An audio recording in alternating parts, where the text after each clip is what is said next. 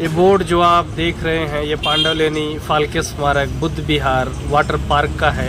यहाँ वह गेट है जहाँ से चारों चीज़ें आप देख सकते हैं। फ़िलहाल आज हम पांडवलेनी की यात्रा पर आपको पांडवलेनी की बौद्ध गुफाएं दिखाएंगे, त्रिरश्मि गुफाएं दिखाएंगे जो आपको मिलेंगी। काफ़ी त्रिरश्म किस्म की वो सारी गुफाएं हैं जिसको काले पत्थरों से काट करके खूबसूरत नक्काशी द्वारा बनाया गया है उन महान मूर्तिकारों द्वारा, जिसमें श्रम था किसानों का, महिलाओं का, व्यापारियों का, लेखकों का।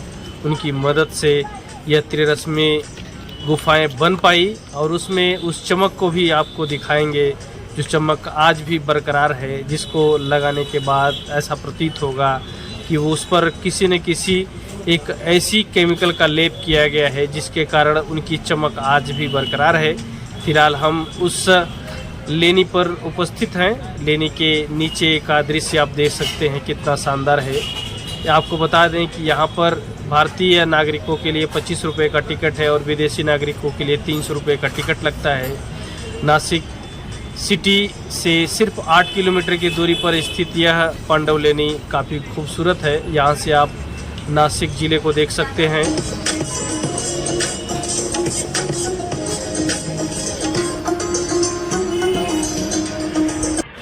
मैं हूँ विशाल। रियली दुनिया के नए वीडियो में आप सभी साथियों का तहे दिल से स्वागत है। ये गुफाएं 24 गुफाओं का एक समूह है जो दूसरी शताब्दी ईसा पूर्व और छठी शताब्दी ईस्वी के बीच त्रिरश्मि पहाड़ी से उकेरी गई हैं। इन 24 गुफाओं में विहार और चैत्य प्रमुख गुफाएं हैं। गुफा का परिसर 1823 में कैप्टन जेम्स डेलामाइन द्वारा डॉक्यूमेंट किया गया था। यह गुफाएं जो पत्थरों से बनाई गई हैं, पूरा पत्थर काला है, काले पत्थरों से उकेरी गई यह खूबसूरत गुफाएं, जिसमें 24 गुफाओं की एक श्रृंखला है। ये देख लीजिए आप, काला पत्थर, जिन पत्थरों को काटकर इन गुफाओं को बनाया गया है।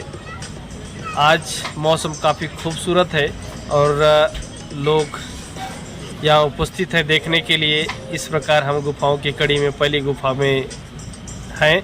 यह गुफा जो आप सामने देख रहे हैं ये पहली नंबर की गुफा है, जिसको ऐसा लगता है कि बीच में ही काम बंद कर दिया गया था। इसको पूरे सही तरीके से बनाया नहीं गया है, लेकिन जो भी बनाया गया है उसमें ऐसा प्रतीत होता है कि बैठने के लिए उनके जो सबसे बड़े रहे होंगे बौद्ध भिक्षु वो ऊपर बैठते रहेंगे, बाकी शिष्य नीचे बैठ करके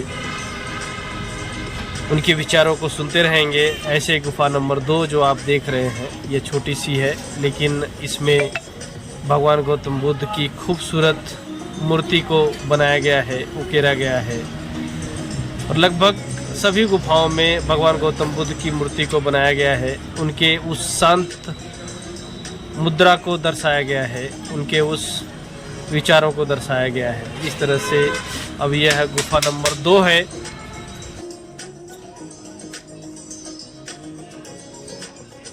आज वैसे काफ़ी भीड़ है, लोग पांडवलेनी गुफा को देखने के लिए आज बहुत सारे लोगों का जमावड़ा है। लेकिन जो आप ये देख रहे हैं गुफा नंबर 3, यह गुफा समर्पित की गई थी, गौतमी पुत्र सतकर्णी के द्वारा डोनेट की गई थी। इस गुफा में काफ़ी अंधेरा है, लेकिन गुफाओं की बनावट जो है वह काफ़ी शानदार है। उस समय जिस समय गणित का कोई प्रचार प्रसार नहीं था, गणित का कोई आविष्कार नहीं था, उस समय कैसे बनाया गया होगा इनको काफ़ी खूबसूरत तरीके से। ना 1 इंच का फ़र्क है, ना 2 इंच का फ़र्क है, कहीं भी कुछ आपको फ़र्क मिलेगा नहीं देखने को। पिलर की जो बनावट है, पिलर के ऊपर जो बनाए हुए चित्रों की बनावट है वो काफ़ी सुसज्जित है और ऐसा लगता है कि किसी माप का प्रयोग किया गया होगा। लेकिन सबसे बड़ी आश्चर्य की बात तो यह है कि उस समय गणित का आविष्कार नहीं था, गणित नहीं जानते थे लोग, फिर भी कितनी कुशलता से उन महान कलाकारों ने इसको बनाया होगा।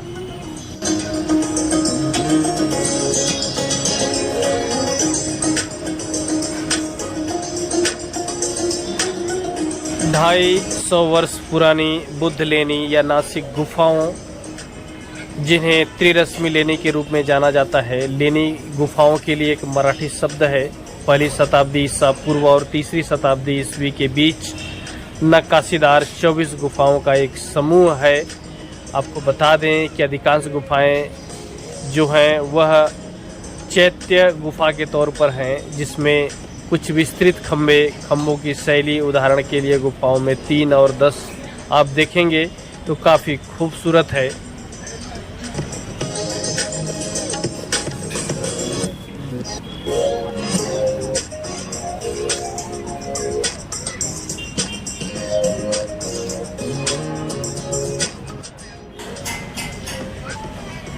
प्रारंभिक रूप से तथाकथित हीनयान परंपरा का प्रतिनिधित्व करते हुए भारतीय आर्किटेक्चर ने प्रारंभिक उदाहरणों को एक महत्वपूर्ण समूह बनाया है, जिनमें गुफा में बुद्ध, बोधिसत्व मूर्तियां, राजाओं, किसानों, व्यापारियों और समृद्ध प्रतीकों का प्रतिनिधित्व करने वाली मूर्तियां हैं, जो भारत ग्रीक वास्तुकला के एक सुंदर सम्मेलन को दर्शाती हैं।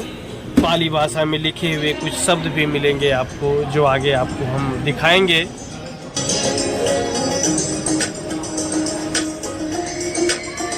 इन त्रिरश्मि गुफाओं का नाम आखिरकार पांडवलेनी क्यों पड़ा, कैसे पड़ा? गुफाओं को पुंडू कहा जाता था, जो पाली भाषा में पीले रंग का होता है। ऐसा इसलिए है क्योंकि गुफा बौद्ध भिक्षुओं का निवास था, जो चिवरा और पीले रंग के वस्त्र पहनते थे। बाद में पुंडू शब्द पांडु गुफाओं में बदल गया। इस तरह से दशकों बाद लोगों ने इसे पांडव गुफाओं के नाम से बुलाया। विभिन्न शिलालेखों की पुष्टि के अनुसार ऐसा पता चलता है कि नासिक में 3 राजवंश थे। पश्चिमी क्षत्रप, सातवाहन और अभिषेक द्वारा शासित था यह नासिक। ऐसा लगता है कि सर्वोच्चता पर सतवाहन और क्षत्रप के बीच हमेशा एक संघर्ष था। हालांकि सभी 3 राजाओं ने पूरी तरह से बौद्ध धर्म का समर्थन किया। शिलालेख यह भी पुष्टि करते हैं कि राजाओं के अलावा स्थानीय व्यापारी, मकान मालिकों ने भी इन गुफाओं के लिए भारी भरकम रकम का समर्थन किया और दान किया। सबसे बड़ी खूबसूरती यह भी है इस गुफा की कि यह गुफा काले पत्थरों से है बनी हुई है, और यह गुफा का चेहरा जो है वह पूर्व दिशा की तरफ दिखता है। दिन भर पड़ने वाली धूप के हिसाब से फिजिक्स क्या कहता है, प्रकृति क्या कहती है, इसका नेचर है। जो काले पत्थरों से बनी हुई मूर्ति है, गुफा का चेहरा पूर्व दिशा की तरफ होने से यह फ़ायदा होता है कि दिन भर पड़ने वाली सूर्य की रोशनी गुफाओं के अंदर प्रवेश नहीं कर पाती है। हालांकि इस लेनी पर उस धूप का असर ज़रूर रहता है, जिसके कारण गुफाओं में हमेशा शीतलता व ठंडक बनी रहती है। जब संध्या होती है या रात का समय होता है, तब गुफाएं गर्म हो जाती हैं। ऊपर से जो गर्म हवा रहती है वह गुफाओं के अंदर प्रवेश करती है, जिसके कारण उसकी प्रकृति बदल जाती है। यही फिजिक्स कहता है, और इस कारण से गुफा दिन भर शीतल रहती है और रात को समय गर्म हवा से भरी हुई रहती है, जिसके कारण बौद्ध भिक्षुओं का रहना वहाँ पर काफ़ी आसान है। और सबसे बड़ी बात तो यह है कि जब भी कोई ऐसी गुफा का निर्माण किया जाता था तो उसे 10-12 साल के लिए टेस्टिंग के तौर पर छोड़ा जाता था। वही कार्य इस गुफा में भी देखने को मिला है। इसमें एक बहुत बड़ा टैंक है इस गुफा पर, और उस टैंक के पास हम आपको ले चलेंगे। वो टैंक बहुत बड़ा है, और टैंक का निर्माण इस तरह से होता था। वहाँ पर पहले टेस्टिंग की जाती थी कि गुफाओं के अंदर अगर पानी है तो उस टैंक में पानी भरेगा, तभी वहाँ पे ऐसी गुफाओं का निर्माण हो पाएगा, ताकि वहाँ पर पानी की ज़रूरतों को पूरा किया जा सके। इस कारण से उस टैंक में अगर पानी भरता है तभी उस गुफा का निर्माण किया जाएगा। वही फिजिक्स यहाँ भी देखने को मिला है, और पानी उस टैंक में भरता था, और इसके बाद 10 वर्षों बाद इस गुफा का निर्माण किया गया। जैसा कि हम और गुफाओं के बारे में आपको आगे की वीडियो लाते रहेंगे, जिनमें इस तरह से शैली आपको देखने को मिल सकती है। और पत्थरों की कटिंग की बनावट जो है वह लगभग एक समान जैसी ही मिलेगी आपको, कहीं भी ज़्यादा कम नहीं दिखेगा आपको। फिजिक्स भी थी और मैथ भी थी। मैथ का आविष्कार नहीं होने के बावजूद भी इनमें मैथ का पूरा प्रयोग किया गया है, और आज भी इन काले पत्थरों पर उस लेप को आप देख सकते हैं, जिसके कारण अभी भी वह चमक बरकरार है। और बाहर से आप जैसे देखिए इस चीज़ को, तो यह वह चमक आपको अलग ही दिखेगी और वो पत्थर आपको अलग दिखेंगे। इतने 2500 वर्ष होने के बावजूद भी इन गुफाओं पर वैसी चमक आज भी बरकरार है। तो वाकई इसमें हर एक वास्तुकला का, हर एक फिजिक्स का, मैथ का भरपूर इस्तेमाल किया गया है, भरपूर प्रयोग किया गया है। भगवान गौतम बुद्ध की कुछ ऐसी मूर्तियाँ आपको दिखाएंगे जो शयन मुद्रा में है, सोते हुए भी वह ऐसा माना जाता है कि उनकी चेतना हमेशा जगी रहती थी। वह एक ही मुद्रा में हमेशा सोते थे और उसी मुद्रा में ही वे जगते थे और उनकी चेतना कभी सोती नहीं थी, वह हमेशा उनकी चेतना जागी रहती थी, ऐसा इतिहास बताता है। और काफ़ी कुछ मिलेगा आपको देखने के लिए, क्योंकि जो भी इन गुफाओं की बनावट की गई है, उन गुफाओं में आप देख सकते हैं बरगद के पेड़ का पत्ते के जैसा यहाँ पर बनाया गया है। तो ऐसी तमाम चीज़ों का इस्तेमाल करके इस गुफा को बनाया गया है, जिसमें वाकई उन सारी चीज़ों को देखने को मिलती हैं जो आज के समय में हम बड़ी बारीकी से ध्यान देते हैं। उन चीज़ों का इस्तेमाल 2500 वर्ष पहले किया जा चुका है। कितनी बड़ी आश्चर्य की बात है, आप इसका अंदाज़ा लगा सकते हैं। बौद्ध गुफाएं भगवान गौतम बुद्ध की मूर्तियों से भरी पड़ी हैं। एक और चैत्य गुफा जिसमें आराधना वंदना की जाती थी, उनका महान बौद्ध भिक्षु आगे बढ़ता था और बाकी के शिष्य उनके विचारों को सुना करते थे। ऐसी गुफाओं में 3 या 4 गुफाएं आपको यहाँ पर पांडवलिनी में देखने को मिल सकती हैं, जिसमें इस तरह की नक्काशी की गई है, इस तरह से बनावट की गई है।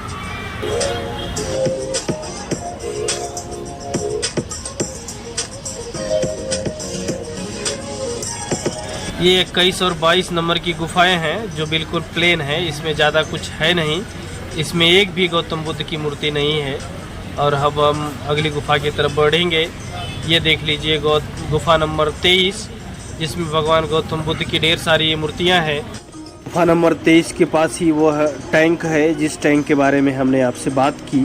उन टैंकों का होना बहुत ही ज़रूरी है ऐसी लेनियों पर, ऐसी गुफाओं पर जहाँ पर पानी की किल्लत से बचा जा सके। और गौतम बुद्ध की विशाल मूर्ति आप देख रहे हैं, ढेर सारी मूर्तियाँ छोटी और बड़ी शांत मुद्रा में और चेतना करती हुई वह मूर्तियाँ और साधना करती हुई वह मूर्तियाँ काफ़ी आकर्षक लगती हैं। गुफा नंबर 23 में बहुत सारी मूर्तियाँ हैं भगवान गौतम बुद्ध की।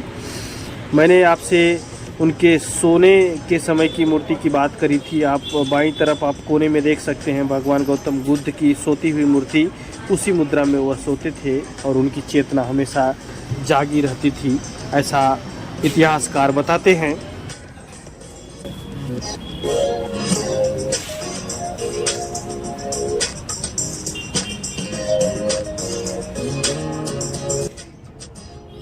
बहुत सारी केव्स के दरवाजे पर आपने सांड, भैंस और शेर की मूर्ति देखी होगी। इस तरह से नक्काशी भगवान गौतम बुद्ध की इस पांडवलिनी पर की गई है।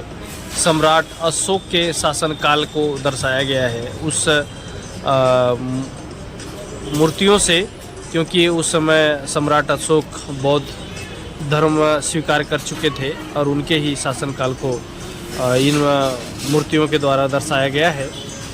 और यह बिल्कुल अंतिम छोर पर है, हम गुफाओं के 24वीं कड़ी के अंतिम छोर पर है। अब यह पांडवलिनी की 24 गुफाओं की श्रृंखला हमने पूरी कर ली और इस तरह से हमने इस पांडवलिनी को काफ़ी नज़दीक से देखा और यहाँ से दिखता हुआ नासिक शहर काफ़ी खूबसूरत लगता है।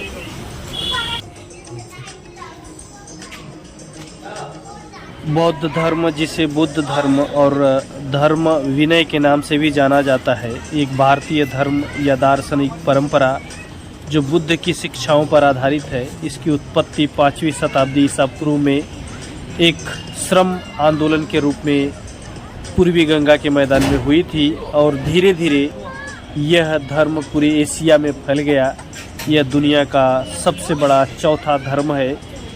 फिलहाल इस वीडियो में इतना ही। इसी तरह की वीडियो देखने के लिए आप लगातार चैनल पर बने रहिए, सब्सक्राइब जरूर कीजिएगा और मिलते हैं एक नए वीडियो की यात्रा पर। धन्यवाद।